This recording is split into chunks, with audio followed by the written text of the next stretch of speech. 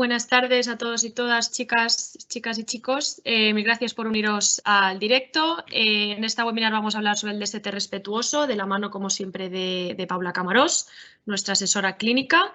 Y, como siempre, Paula ahora os hablará sobre todo lo relacionado con el tema. Al final del directo podéis ir dejando vuestras preguntas y al final las leeremos todas y las responderemos con Paula. ¿Vale? Así que doy paso a Paula y bienvenidos y bienvenidas a todas. Hola, buenas tardes. ¿Se me oye bien? ¿Se me puedes confirmar, Laura? Perfecto. Sigo hablando, perfecto. Deciros que si por lo que sea veis que se me va congelando un poco la imagen, me aviséis y la quito porque está cayendo un diluvio universal aquí donde vivo en Madrid. Hay truenos, relámpagos, no lo apreciáis porque tengo el aro de luz delante y parece que estoy en el Caribe, pero no, o sea, casi que hay que salir en canoa a la calle. Me ponía que la conexión era un poco inestable, así que me vais avisando. Tal y como ha dicho Laura, bueno, soy Paula Camarós, soy matrona, soy IBCLC, fundadora del Centro para la Maternidad Baby Suite y autora del libro El Poder de Crear Vida. Vamos a hablar hoy sobre el destete respetuoso y aprovecho para decir si tenéis alguna pregunta o alguna sugerencia sobre algún tema que queráis que tratemos en futuros webinars, hacérnoslo saber o escribir al equipo del Ansino para bueno, pues apuntarnos estas ideas y poder preparar futuros temas, porque se me llega un momento en el que se empiezan a terminar.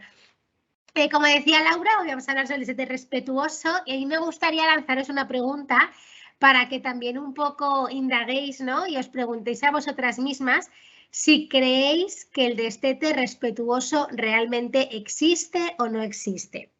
Yo tengo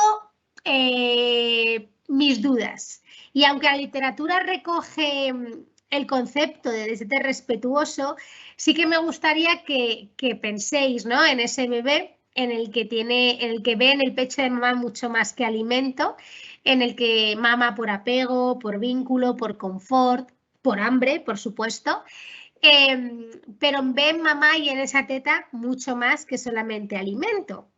¿Vosotros creéis que algún bebé querría destetarse voluntariamente? Pues obviamente la respuesta es que no, aunque he de decir que os voy a hablar hoy sobre el destete voluntario también, porque yo os tengo que hablar y ser fiel a la evidencia, pese a que también lo hago a diario, en mi práctica diaria también doy mi opinión, un poco también como para agitar el problema, ¿no? Porque hay cosas que la evidencia nos dice que es así, pero también si nos paramos a pensar en la evidencia, ¿qué es la evidencia científica? La evidencia científica está fenomenal, pero es un tema en el que un grupo de eruditos han decidido estudiar al respecto y publicar un tema.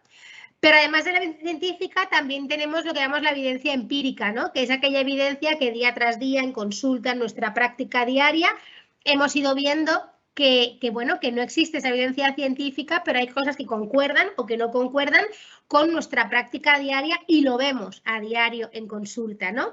Y no porque no exista esa evidencia científica, pesa menos esa evidencia empírica. Entonces, bueno, espero haberme explicado y que entendáis por qué yo no creo en que un destete pueda llegar a ser voluntario por parte del bebé, aunque sí que es verdad que en el webinar de hoy vamos a hablar de los 5 diferentes tipos de destetes que tenemos, además de que os voy a aportar aquellas ideas, sugerencias que podéis tratar con las madres en la consulta para intentar que ese proceso de destete pues llegue a ser lo más respetuoso posible, sobre todo para el bebé, porque la gran mayoría de veces quien decide destetar es la madre.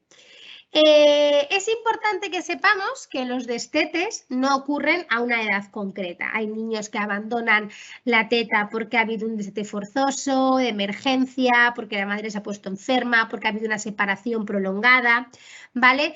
Pero es verdad que muchísimas veces estos factores son diversos, pues biológicos, sociales, culturales, económicos, etc.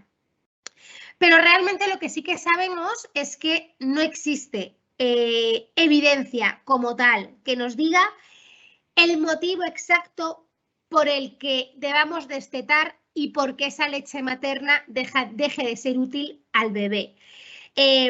Bueno, vivimos en una sociedad en la que dar el pecho a bebés mayores está mal visto, ¿no?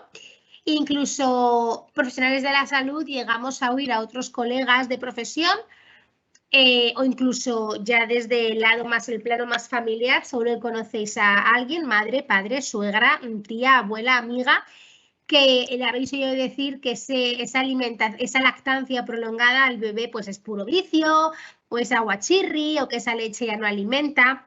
Pero realmente lo que tenemos claro es que la leche materna nunca deja de alimentar y nunca deja de estar recomendada, ¿vale? Además, cuando destetamos, ya no solamente hay cambios brutales para mamá, pues en cuanto a producción, anatomía, sino que además también las mamás, cuando no lo han hecho de manera voluntaria ellas, sino que ha sido más emergente o forzoso, las mamás pueden llegar a sentir como un vacío emocional, el bebé puede llegar a sentir frustración, como una sensación como de abandono, ¿no? Como que le han quitado algo muy importante para él o para ella. Dicho esto, mucha literatura recoge que hay 4 tipos de destetes, que serían el forzoso, el voluntario, el que lo inicia el niño o el que lo inicia la madre, perdón. Pero es verdad que a mí me gusta hablar de un quinto, que es, no sé si podríamos llamarlo tipo de destete o una técnica para llevar a cabo el destete, pero que sería ese destete por abandono, que ahora os contaré un poquito qué es ese destete por abandono. En primer lugar, os quiero hablar sobre el destete voluntario. ¿Por qué he elegido hablaros de este en primer lugar? Porque ya os he dicho que, bajo mi punto de vista, estoy en absoluto desacuerdo de que este destete voluntario sea voluntario para ambas partes, ¿vale? Puede ser voluntario para la madre por múltiples factores, ya lo hemos hablado, por agotamiento, por reincorporación al mundo laboral, porque tenga una falsa sensación de que ha reducido la producción de leche, por lo que sea. Pero si realmente le preguntamos al bebé si quiere destetarse, probablemente la respuesta sea no, ¿no? Pero claro, no lo hacemos porque el bebé aún no tiene ese raciocinio para poder darnos una respuesta y cuando son más mayores, claramente ellos quieren su teta y no la sueltan por nada del mundo. Pero aún así es importante que siempre y cuando el bebé entienda, que podamos explicarle la situación. Hablaremos luego de recursos, incluso si alguien que esté aquí hoy en el webinar quiere aportar algún otro truco, al final compartir es vivir y en esto del destete hay herramientas, pero no son todas varitas mágicas para alguien y lo que puede funcionar para mí no puede funcionar para ti. Entonces, si alguien tiene algo más que aportar al final, estaría genial poder compartir para así poder tener cuanto más recursos para poder luego transmitir a nuestras madres, ¿vale? En segundo lugar, sí que me gustaría hablaros del destete forzoso, que en muchísimas ocasiones tiende a ser el que más vemos en consulta, porque suelen ser mamás que vienen, de hecho os voy a contar un caso que he tenido esta semana, por causas médicas o por enfermedades de la mamá o del bebé. Os quiero hablar de un caso que tuve esa semana, una mamá, su segundo hijo, con su primer embarazo y primera lactancia también acudió a nosotros. El marido tiene un frenillo restrictivo y ha estado lidiando con problemas y con logopedia años y años. Y como ya sabemos que tiene un componente hereditario altísimo, pues por supuesto heredamos siempre en lo peor. Los 2 hijos, tanto la primera niña como en esta ocasión el segundo, nacieron con frenillo, por eso les hemos visto también durante la lactancia, porque la madre es una pro y tiene muchísima destreza con la lactancia materna. Pues bien, con la primera bebé tuvo una lactancia prolongada, tan prolongada como que la niña tiene ahora mismo 26 meses y están realizando lactancia en tándem. Y con este nuevo bebé que vinieron a verme hace unos días y tenía apenas 8 días, pues bueno, aparte del mareo típico de no tiene frenillo, pero la madre lo ve y va a un sitio y en el centro de salud le dicen una cosa y la pediatra le dice otra, y la madre, que ya os he contado, súper empoderada e informada, domina la lactancia materna, pues acude a verme. Por supuesto, el peque tenía un frenillo restrictivo tipo 2, se realiza la frenotomía y cuando ya corregimos el agarre y ponemos al bebé al pecho, me comenta la mujer que esta lactancia no va a durar mucho. A mí es verdad que me llama mucho la atención porque la conozco de hace ya bastantes años y es una mujer muy pro lactancia materna y en el momento que me cuenta esto noto como se le quiebra la voz y comienza a llorar, tanto ella como su marido. Y me comenta que le han diagnosticado un cáncer de tiroides a raíz de haber tenido diabetes gestacional. Va a su matrona al centro de salud, y claro, yo le digo, un ángel cayó del cielo porque te ha salvado la vida. Y en una exploración, creo que me dijo, en la recta final del embarazo, cuando hablaron del precalostro, le explora el cuello y le nota unos ganglios inflamados en el cuello. Y entonces, bueno, pues se lo comenta y le refiere al endocrino y el endocrino también no le gusta la apariencia y le manda a hacer pruebas. Y nada, o sea, el día de antes de venir a Baby Sweet es cuando recibe la noticia en la llamada del hospital de que la biopsia, pues que sí, que confirma lo que en ecografía sospechaban, y es que tiene cáncer de tiroides con afectación de ganglios axilares, etcétera. Entonces, nada, resulta que la mujer le han propuesto una cirugía y os cuento esto porque me comenta la madre que le dice el cirujano que tiene que dejar de dar el pecho para la cirugía. Y le digo a la madre, ¿pero estás segura que es para la cirugía o no será para hacerte los contrastes yodados y la radioyodo y todo esto? Me dice, no, para la cirugía. Y digo, pues mira, perdona que te diga, no soy cirujana, que me perdone el señor cirujano, pero no tienes que dejar la lactancia materna para entrar en quirófano. Cuando salgas de quirófano estarás muy congestionada, es probable, tendrás que pedir ayuda, a lo mejor alguna matrona pueden avisar para que suba a tu planta a verte, o si tienes destreza, puedes ponerte un sacaleches, llevártelo y vaciar un poco la mama. Pero no lo veo necesario. Me dice, mira, Paula, eso mismo te quería consultar porque me dicen que tengo que hacer un destete forzoso y no me apetece. Dice, soy consciente que cuando empiece con la radioterapia, sobre todo con el yodo, tengo que destetar porque sí que el yodo no es compatible con la lactancia materna, las radiaciones yodadas. Dice, y le digo, efectivamente, ahí ya sí que con toda la pena del mundo tendrás que destetar, pero bueno, realmente esto es una causa médica justificada y tiene que ser así. Entonces, con esto vengo a deciros que cuando alguna madre os venga a la consulta y os exponga temas como este, indaguéis un poco más en el tema, porque raro es medicamentos que sean realmente compatibles con la lactancia materna. Yo misma tuve un ingreso hospitalario por un broncoespasmo cuando mi hijo tenía 3-4 meses y cuando vino el de medicina interna a verme, me vio con el sacaleches, bueno, o sea, por casi que me hace, yo qué sé, el harakiri, me decía que qué loca, cómo podía dar el pecho a mi hijo, que tenía que destetar. Y claro, yo por más que le decía que no, o sea, que yo he chequeado la compatibilidad, que soy matrona, bueno, que no. Entonces, ¿qué pasa? Que la realidad es que la gran mayoría de profesionales no tienen esa actualización en lactancia materna y le cuentan a las mamás información que no es la veraz y actualizada. Entonces, está en nuestro poder, aquellos profesionales de la salud actualizados en lactancia materna, el poner los puntos sobre las sillas y el explicarles que no existe ninguna coherencia en lo que les están contando, ¿vale? Incluso delante de ellos poder chequear las compatibilidades para que vean que el riesgo es muy bajo, inexistente, nulo y que se queden tranquilos, ¿vale? En tercer lugar, os quiero hablar del destete, que la iniciativa la toma el niño. Sabemos que en niños pequeños es bastante raro, de hecho hay varios escenarios como son el falso destete o la huelga de lactancia, que hablaremos también de estos dos escenarios al final, pero los he preferido dejar un poco para más adelante porque no son tipos per se de destetes. Pero no tenemos que confundir cuando un bebé atraviesa por esa huelga a cuando realmente está destetando. ¿Cuándo suele ser un destete que decide el bebé destetarse? Realmente tiende a ocurrir cuando ya son niños más mayores, pierden el interés por la teta. Al perder el interés por la teta, la producción va bajando, cada vez maman menos hasta que se destetan progresivamente con el paso del tiempo. Algo que también lo comento aquí porque está muy relacionado a lo que tratamos en el webinar anterior, que os recuerdo que fue el de lactancia en tándem y los tenéis todos colgados en la página web, ¿vale? Del Ansino. La gran mayoría de destetes iniciados por el niño, que eso ya lo vimos en la clase anterior, ocurren coincidentes con la lactancia en tándem, porque ya sabemos que la producción disminuye y que el sabor tiende a cambiar.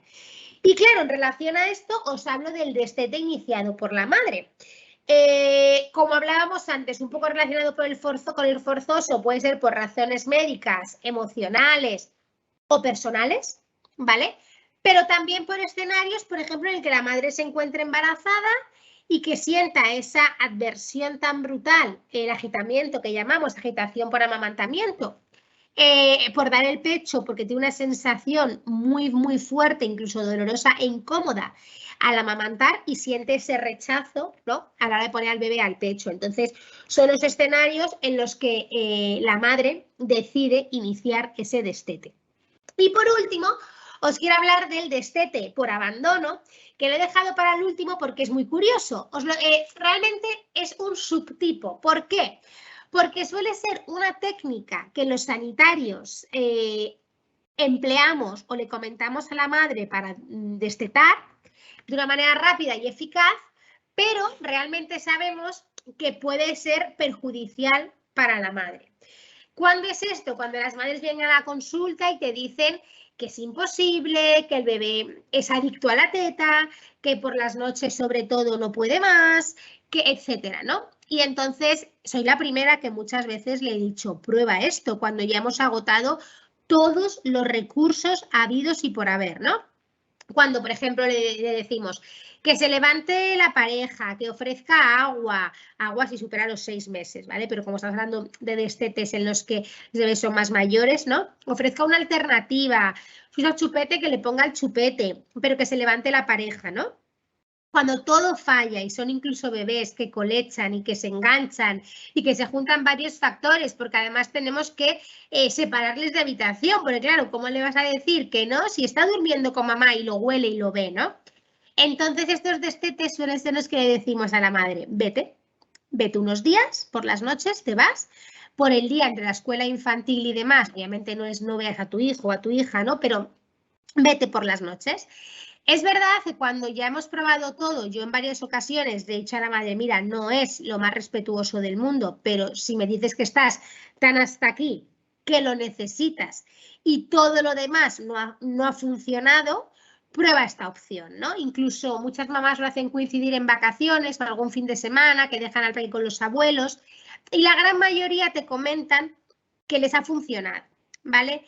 Pero ojo con este destete, porque si la madre no se vacía el pecho y no se hace de manera gradual, como se haga de manera muy brusca, la madre puede acabar. Además de que con ingurgitaciones mamarias, con mastitis, con obstrucciones, bueno, pues con al final daño severo en el pecho, porque es un tejido mamario que se dematiza, que no estamos vaciando conductos galactóforos, una glándula mamaria que está acostumbrada a trabajar de una manera y que de repente no estamos vaciándola. Entonces es importante que le expliquemos a la madre que, bueno, que si está desesperada y quiere llevarlo a cabo, que se lleve el colector, por ejemplo, ya sabéis que yo soy la loca del colector, una bola miofacial que masajee bien, un sacaleches manual o incluso uno eléctrico, pero que tampoco se pase de la succión mecánica, porque si al final no tenemos al bebé, pero tenemos el estímulo de la succión mecánica del sacaleches, pues bueno, tampoco queremos igualar ese tipo de succión, ¿vale?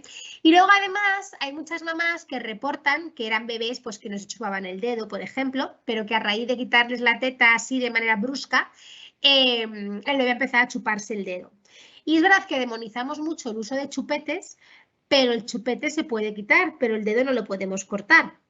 Entonces, a lo mejor, si vemos que el bebé tiene como muchísima necesidad de esa succión afectiva, otra opción que le podemos plantear a la madre es la introducción de chupete a la vez que retiramos la teta por la noche, ¿vale? Porque el destete nocturno suele ser el que más tiende a costar a las familias, a las madres, porque es cuando al final el sueño es madurativo, es un desarrollo cerebral del bebé Y hasta que esa maduración cerebral, nunca, mejor dicho, madura el cerebro y el bebé va creciendo, no pueden controlar esos despertares que hacen nocturnos, ¿no? Y al final lo que más les consuela, lo que más les calma y lo que más les induce el sueño de nuevo es la teta.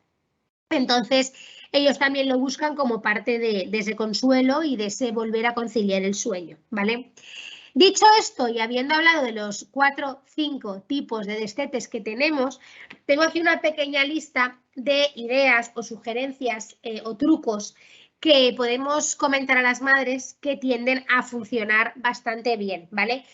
Quiero empezar por el primero, que es el más mítico, el que todos y todas seguro conocemos, que es la típica frase de no ofrezcas, pero no niegues, ¿no?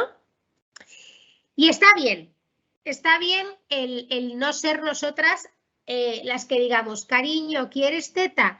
Pero es verdad que hay muchísimos bebés que es que ni siquiera te lo piden, directamente te bajan la camiseta y se enganchan. Entonces, no funciona para todo el mundo, lo de no ofrecer, no negar, ¿vale? Algo que sí que tiende a funcionar bastante es la sustitución y la distracción, ¿vale? ¿Qué es la sustitución? Esto solamente aplica para aquellos niños a partir de 6 meses en los que ya comen, ya toman sólidos o bien purés porque decidan no hacer alimentación complementaria baby led weaning, ¿vale? ¿Pero por qué? Porque al final la sustitución consiste o solo funcionan bebés que tienen hambre y que podemos sustituir esa toma de leche por ofrecerles algún tipo de alimento que al bebé le guste.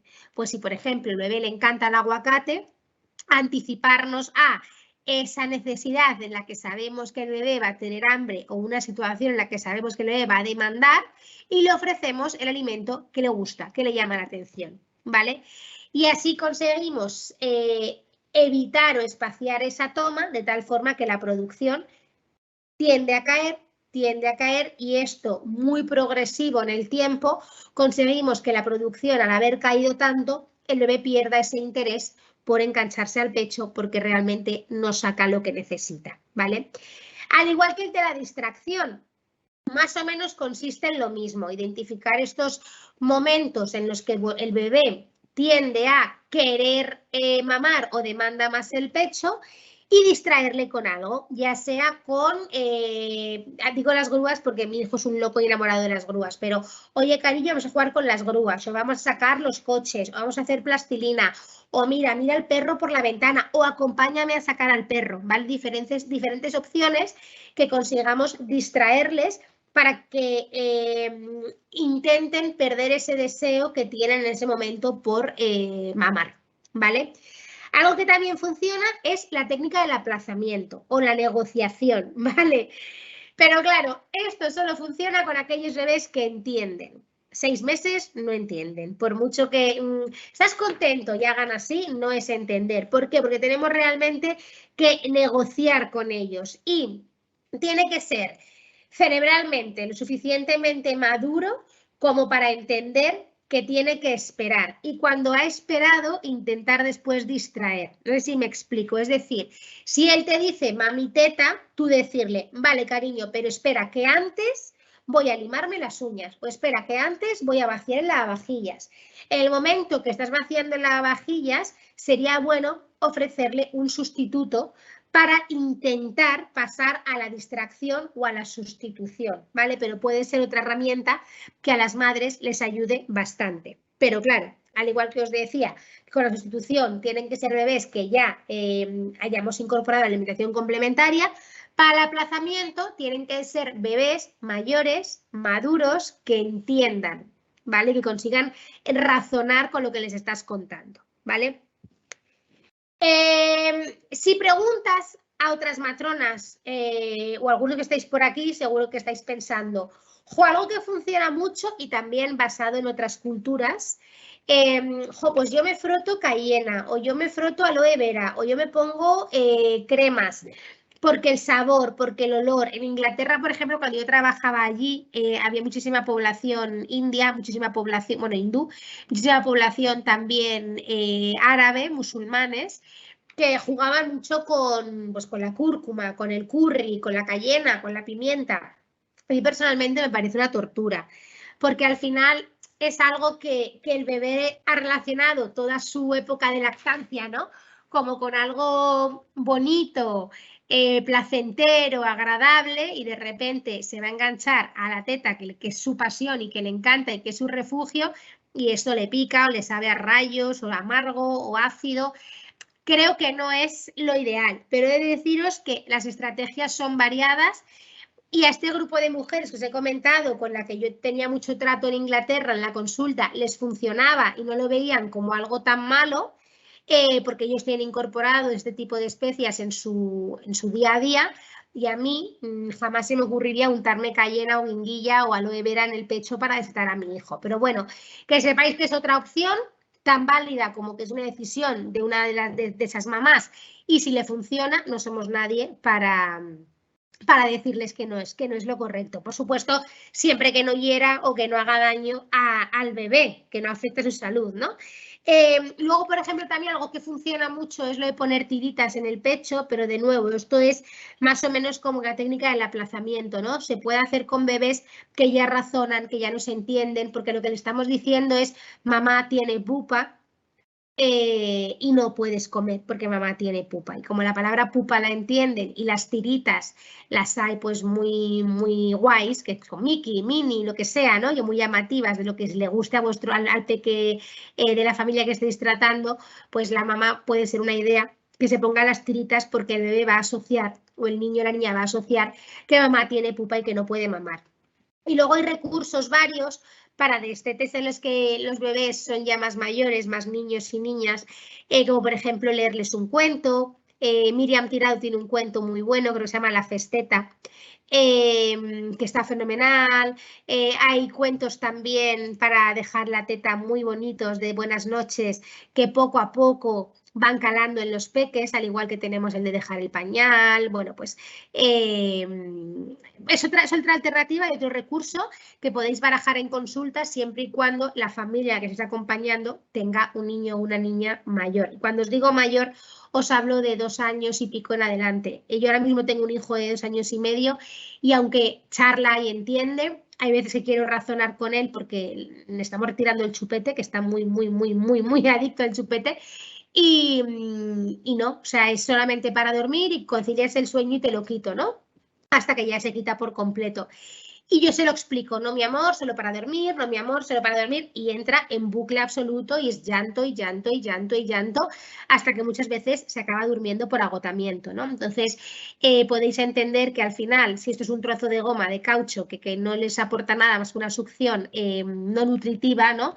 Imaginaos la teta de mamá, que para ellos es su refugio, calma, sacia su sed, les quita el hambre, lo es todo. Entonces, bueno, al final lo más importante es que el proceso sea muy gradual, muy lento, muy paulatino, y aquí es lo que podríamos considerar, ¿no? Que el proceso ha sido un proceso natural, o un proceso respetuoso, ¿vale? Aunque si hablamos del destete natural como tal, ya en la sociedad actual en la que vivimos cuesta mucho entender un destete natural, pero la evidencia y los datos más antiguos nos dicen que los destetes naturales tienden a ocurrir en torno a los 3 años, ¿vale? Que es cuando los bebés, o los niños, en este caso, pero con 3 años ya son más niños, de manera natural sus necesidades están cubiertas y se destetan, ¿vale? Pero la realidad es que en nuestra cultura actual, y de esto ya llevamos cientos de años con ello, no se ven apenas bebés de 3 años mamando, ni de 4, por supuesto. O sea, si ya con 2 años vemos a un bebé que se sienta solo y mucha gente lo mira así como con recelo, no está bien visto, por desgracia, en nuestra cultura el amamantar a niños mayores. Y en algunos países, como por ejemplo Estados Unidos, en los que la teta es algo prohibido, y en Estados Unidos no se puede hacer topless, es imposible. De hecho, como dato curioso os cuento, y lo sé en primera persona porque he vivido allí, porque mi familia es americana, todo el lado paterno. Hemos ido a ver a mi familia y hemos ido a la playa, y mi hija con 1 año y medio no puede llevar braguita de bañador. Tienen que ir tapadas el pecho porque no se debe enseñar el pecho. Entonces, si desde pequeñas es una sociedad en la que el pecho de una niña de 12 meses o 18 meses está considerado como algo sexual, ¿cómo podemos pretender normalizar que una mujer amamante a su hijo de 2 o 3 años, ¿no? De hecho, en Inglaterra, mucho menos, pero en Estados Unidos es súper popular el creo que se llama nursing cover, ¿no? Que es como una sábana, como con un aro, una muselina, como con un aro, que te lo pones y el bebé está mamando y tú le estás tapando por completo. Y es que lo hay en cualquier tienda. Tienes la muselina esta con el aro al cuello para que las mujeres se tapen. Entonces, claro, ¿cómo vas a potenciar un destete natural o una lactancia prolongada porque es beneficiosa para el bebé o para el niño o la niña si estamos prohibiendo, ¿no? O desde pequeñas metiendo en la cabeza que es algo tabú o que es algo sexual, ¿no? Entonces, bueno, que sepáis que lo que nos dice la evidencia es que el destete natural ocurre en torno a los 2-3 años, pero la realidad es que cada vez vemos a menos niños mayores ser amamantados y cuando lo vemos en la calle muchísima gente lo mira hasta con desprecio, bueno, es ofensivo, ¿no? Y luego, si la mujer pues dice, pues no, yo estoy informada y quiero amamantar a mi hijo hasta que se esté de manera natural, tiene que escuchar comentarios poco afortunados, que si la leche no alimenta, lo que os contaba antes, ¿no? Que la leche es aguachirri, que lo hace por puro vicio, que le van a salir caries, bueno, oímos de todo. Cuando sabemos que no solamente con la leche materna no salen caries, sino que se ha demostrado que es un factor protector frente a la aparición de caries, ¿vale? Pero bueno, al final la gente habla por hablar sin ningún conocimiento de causa. Y además también sabemos que esto lo hablamos en la sesión anterior, que muchísimas veces cuando, por ejemplo, en la lactancia en tándem, como la leche cambia, es cuando más destetes ocurren.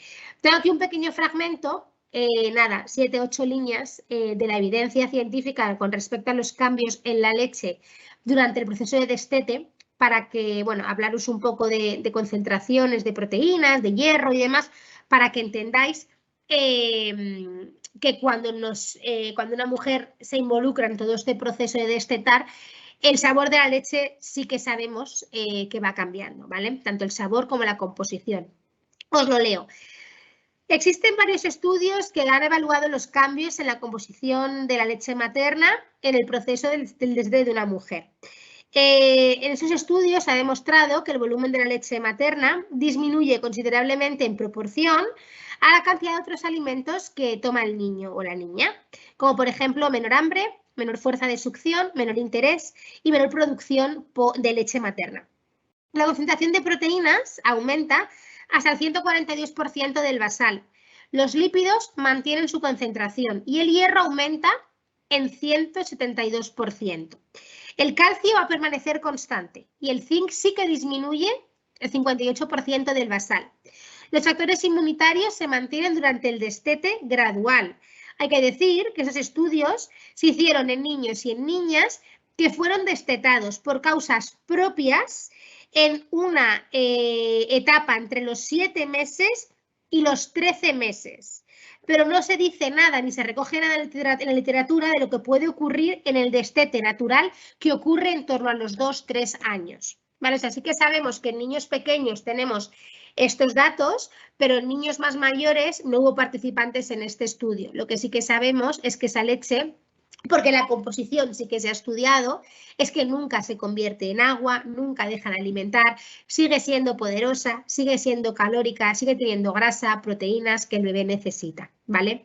Y al principio de la sesión os hablé de que hay 2 situaciones, bueno, 3 si consideramos los baches o las crisis de lactancia, pero que esto es bien sabido y lo conocemos todos porque aparte dura muy poco, son un par de días, en los que la mujer puede tener la sensación de que no tiene leche, que la producción ha caído y que induzca en algunas ocasiones un destete, pero realmente es falso, ¿vale? Eso que llamamos el falso destete. El falso destete tiende a ocurrir más o menos entre los 8-11 meses de vida del bebé. Suele coincidir con una etapa en la que el bebé ya es menos bebote y se distrae con el vuelo de una mosca, con cualquier ruido, con cualquier estímulo, con cualquier luz. Es un bebé que se pone al pecho, me pongo, me quito, me pongo, me quito. Tiene más interés por el entorno que realmente por ser amamantado. Además, como ha empezado con la alimentación complementaria, no es que tenga que cubrir todas sus necesidades con el amamantamiento, con la leche materna, sino que también tiene esa alimentación complementaria que le hace no tener ese hambre voraz que puede tener un bebé que se alimenta a base de lactancia materna exclusiva, ¿vale? Es importante explicarle a las madres que esto es un falso destete, que el bebé no se está destetando, que es temporal, que dura unos días, una semana. Y es importante decirle que, bueno, que le recomendamos que intente dar el pecho en un lugar sin estímulos, con luz tenue o incluso a oscuras, que fomente mucho el piel con piel, que no haya ruidos, que no haya objetos que le llamen la atención, incluso en posturas en las que estén más pegadas al cuerpo, como la postura de caballito, por ejemplo, en la que el bebé donde mire no haya mucho que atender, porque si está enacunado, por ejemplo, se despega a tirones, mira cualquier estímulo, ¿vale? Y luego también os quiero hablar de la famosa huelga de lactancia. A mí me pasó, lo pasé con mi niño cuando le incorporé a la escuela infantil. No había forma de que cogiese una sola tetina, no había manera, o sea, yo me sacaba la leche, la llevaba, no había manera, era imposible. Y decidió hacer huelga de lactancia. Entonces pasaban las horas y no quería comer, salvo que fuese yo la que le diese la teta, ¿vale? Y luego además también tiende a ocurrir cuando, por ejemplo, hay una situación traumática de base, pues que la mamá ha tenido que ausentarse por, imagino lo que hemos hablado antes, ¿no?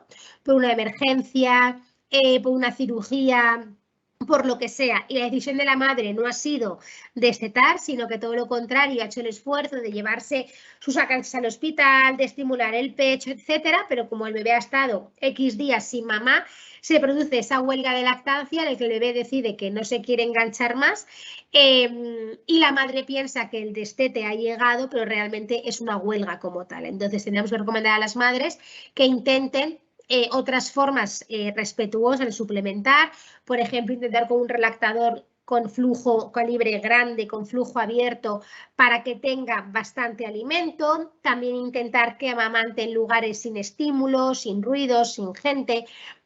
La huelga suele ser un poco más dura y más difícil de llevar que un falso destete, porque son bebés que por lo que se han pasado X días sin mamar y han creado ese rechazo y ya no quieren. Y hay mamás que por desgracia se agotan de pelear y pelear y pelear, incluso las habladurías, ¿no? De familias y amigos de, pero mujer, dale un biberón, que no pasa nada, que no puede estar así, que no puede llorar, que tú no puedes no descansar, y acaban sucumbiendo y tirando la toalla. Pero bueno, que sepáis que existen estos tres escenarios, la crisis, la huelga y el falso destete, que la mujer puede pensar que el destete se ha iniciado de manera voluntaria por el bebé, pero no ha sido así, ¿vale? Hasta aquí es la parte que yo quería cubrir y bueno, parece que he puesto un cronómetro porque he cubierto los 40 minutos cuando hice la sesión de práctica en casa. Parece que he calcado las palabras. Si tenéis dudas, algún comentario, queréis compartir alguna experiencia personal o profesional que creáis que puede nutrir al resto del grupo, podéis dejarla en preguntas. Yo no logro ver la cajita, pero bueno, aparecerá Laura por aquí y podrá leerlas. En caso que no tengáis nada que compartir, por mi parte agradeceros el haber estado un jueves más, un miércoles más, perdonad, y que sepáis que se queda guardado para todas aquellas personas que había ciento y muchas personas apuntadas y luego siempre os conectáis un 10-20%, pero bueno, que sepáis que el resto de personas podéis ver la sesión colgada en internet a vuestro propio tiempo. Vale, perfecto. Pues si no hay ninguna pregunta más, no hay duda, no hay nada. Como siempre, lo colgaremos en unos días y si a posteriori después de esta webinar tenéis algún tipo de duda, pregunta, lo que sea, nos escribís por Instagram, por mail, os podéis llamar y os contestaremos en la mayor brevedad. Así que nada, muchísimas gracias a todos por asistir y gracias a ti, Paula, una vez más. A ti, Laura, gracias. Por todo. Que vaya muy bien. Chao. Feliz día. Hasta Chao. luego.